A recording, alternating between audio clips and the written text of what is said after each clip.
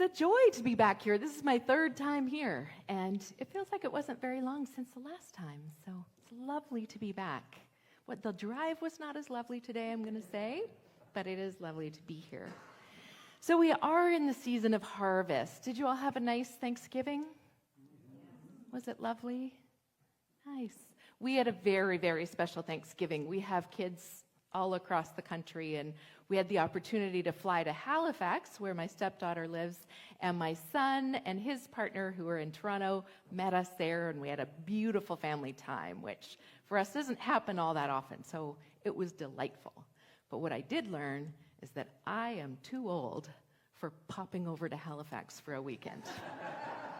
So it's been a rough week, but it'll be better next week. So I wanted to talk today about harvest. And what I'm going to talk about is the space between planting the seed and then enjoying the plant. That space in between. Because we love in the New Thought movement a plant and seed metaphor.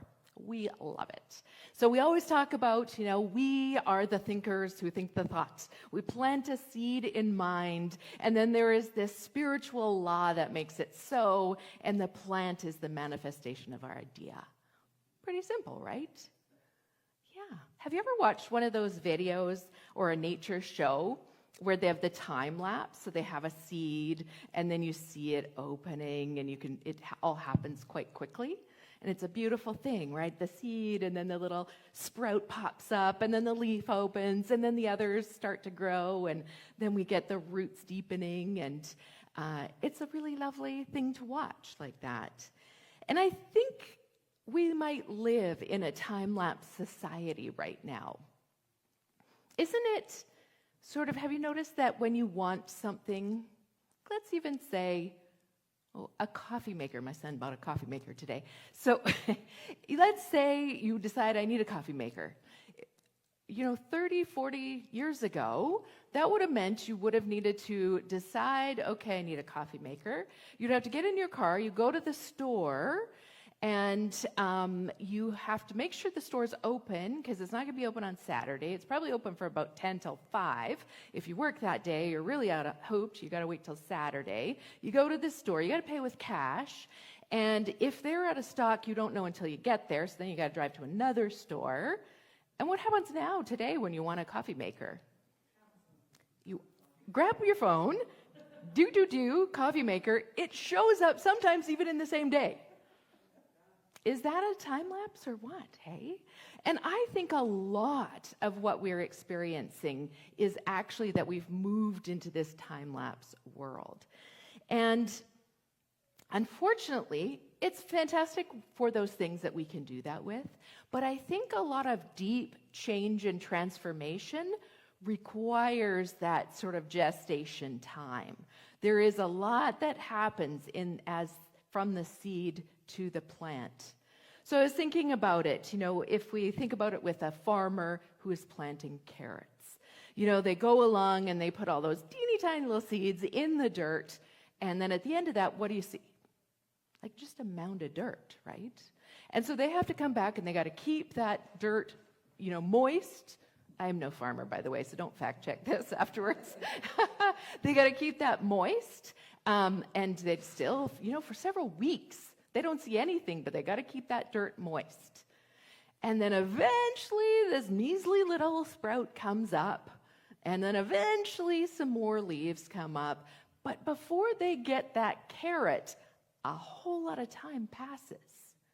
And they have to allow all of the conditions to grow that carrot. They don't grow the carrot. They allow the conditions, and they create the conditions so that that carrot can grow. But imagine if the farmer goes out, they plant the seeds, and they're like, sprinkle, sprinkle, here's some water, and come out the next day, and they're like, what the heck? Where are the carrots? And stomp it all out. No carrots, right? If they just abandon it and decide, I've been watering this for 2 weeks, what the heck is going on? No carrots. If they wait until that sprout comes up and then the first 2 leaves and they pull it out of the ground, what do they get? No carrots. In order to have a carrot, We have to plant a seed. We have to do the work involved. We have to wait. We have to be patient. And then eventually we get the carrot. And I'm not saying everything in life has to take 100 days from seed to plant or to carrot, but some things need to grow, especially those big, deep, meaningful changes in life. So it is not often I quote the Bible, but I'm going to do it today. It is not my jam, but this just seemed like the right moment. So Romans 12:2 says, "Do not conform to the pattern of this world, but be transformed by the renewing of your mind." So when I think of harvest and that tending of the garden that we need to do as we have planted a seed and we are waiting for its growth, it's not our job to grow the seed. Spirit's got that. That seed has everything within it to fully become a carrot. Our job is to grow ourselves. Because our experience in life is the experience we can embody. I have the relationship I can embody. I have the career I can embody. I have the friendships I can embody. What I need to do if I want a different experience is I need to grow. And I need to grow to a place where I can accept the love of a relationship, the connection of friendships, perhaps stepping into a bigger arena as far as our career goes. We have to grow ourselves in that space in between. And now if you remember, okay, I don't remember because I'm not a farmer, but in this, from what I understand, there is a lot that goes into this tending the garden. There is manure that gets thrown into there. There are giant, disgusting slugs. I come from the Okanagan. We had those really ugly tomato worms that are massive and gross. All of that is part of that tending of the garden. We need to pull out the weeds. We need to yank out the disgusting slugs. We need to nourish the soil with manure. That's the in-between time. And unfortunately, what that often feels like in life is not at all like the seed we planted. And in fact, when we plant a seed, because we say, okay, this is what I want to experience in my life, we get all of the slugs that need to be cleared out of the way. And so often things get worse before we experience the thing we're growing into. So the key in that is that we have to stay clear and we have to stay with it. Because I think a lot of people start to see things getting worse and think, oh my gosh, that's not what we wanted. That's not what I wanted. And it actually feels worse than what I started with. So I'll just go back to my old way of thinking, being. But the key is staying and having the clarity and the focus. I have planted a seed, and that seed is going to grow. And so what I need to do is I need to transform myself into a person who has a carrot. And so I am an adult educator, so I'm going to bring in a little adult education nerdiness today. So Jack Mezirow has a theory on transformative education. So you can educate somebody. If I want to teach somebody, we have an accountant here. If I want to teach accounting, well, you get your textbook, you do here's the debits and the credits, and you learn that, you practice it, you write a test, now you can do accounting. When we want to be transformed, that is a whole different thing. When we want to learn something and grow, and Jack Mezirow kind of gave language to this idea of personal transformation. And he said what it often happens is it starts with something called a disorienting dilemma. So that kind of means here I am happily living my life in my comfort zone. I'm there, it's warm, it's nice, everything's familiar in my comfort zone. And then Spirit puts inside me a desire, because I am an individualization of Spirit. And then I say, ooh, I think I'd like to live a more wholehearted life. Great, let's plant that seed, cover it over, sprinkle some water. Then the next day I wake up and somebody from my long past, an unhealed wound, shows up. And I'm like, what's going on here? I thought I was done with that. Some relationship challenges bubble up. And I'm like, what the heck? Wholehearted living is my plan. And all of these things make me very uncomfortable. And I want to run back to my comfort zone over here and say, never mind, I'll just live like this. Thank you, wholehearted isn't all it's cracked up to be. It was nice while it lasted. I'm back here in my comfort zone. But if we can go through that, my teacher used to say that Spirit loves you so much that it will drag you through cheesecloth to your desires. And it's that dragging through cheesecloth that is quite uncomfortable, painful, raw, vulnerable, and downright horrible some days. So if we remember, though, that our job is not to grow the seed, our job is to grow ourselves, and we settle into that place of knowing what our work is, we get comfortable with the discomfort. So in Jack Mesereau's theory of transformative learning, we get this disorienting dilemma. So basically, I've been living my life, I see the world this way, everything matches that, and then, boop, something challenges my worldview, and life gets really uncomfortable. And I can either blame it on other people, tamp it down, go and medicate myself so I don't feel it, or if I step into it, what it requires is this breaking down and questioning of all of my beliefs, all of the ways I hadn't healed very old past stuff, all of the ways I had not spoken up for myself, all of the ways where I was like, this is my truth, but maybe I just won't mention it. I have to look at that and the whole idea that, but I was keeping the peace. Or was I being dishonest? I have to start looking at it critically. And then when I do that, all of my sort of old patterns and beliefs start to crumble. So that disorienting dilemma, that discomfort now is grief, shock, disillusionment.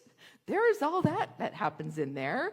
And then what happens is from that place of allowing and surrendering those old beliefs, we develop a new way of looking in the world. And we start to see things through a different light. And that often happens in connection with others. Could be at a musical workshop, and it's in this way that we come together and we are open. And we say, okay, I want to look at the world differently. And we build up this new perspective. And as we do that, we then have this phase where we re-enter the world with this new perspective. So my seed of wanting to live this wholehearted, very truthful, authentic life is dragging me through the cheesecloth of, okay, remember all those things you didn't say to all those people in your past? Here they are. Here's your opportunity to do it different. And in that, build up this new way of being so that I can re-enter the world, so that my new relationships have a new way, I have a new way of being in them. And again, when we are allowing our personal transformation, the other thing we need to do is allow others to transform as well.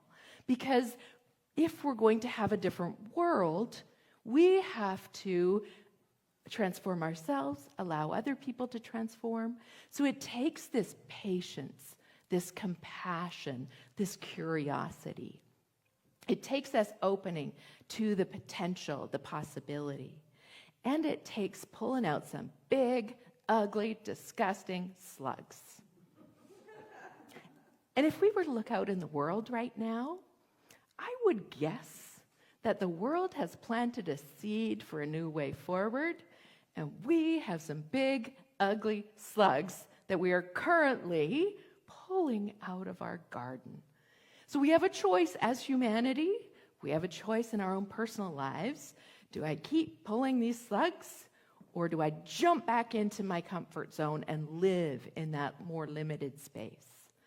And that is the key of the tending the garden. Ernest Holmes said, "The spiral of life is upward, Evolution carries us forward, not backward. Eternal and progressive expansion is its law, and there are no breaks in its continuity. So life is moving forward. Our comfort zone is here. We either get to move with it, or we get to sit and build resentment and frustration and anger and medicate ourselves and stay stuck in our comfort zone, or we get to invite ourselves into the possibility. We get to listen to the desire that's placed in our heart by Spirit, that divine wisdom. We get to plant that seed, and then we get to pull out the slugs, water the soil, make sure we have the conditions to grow the carrot.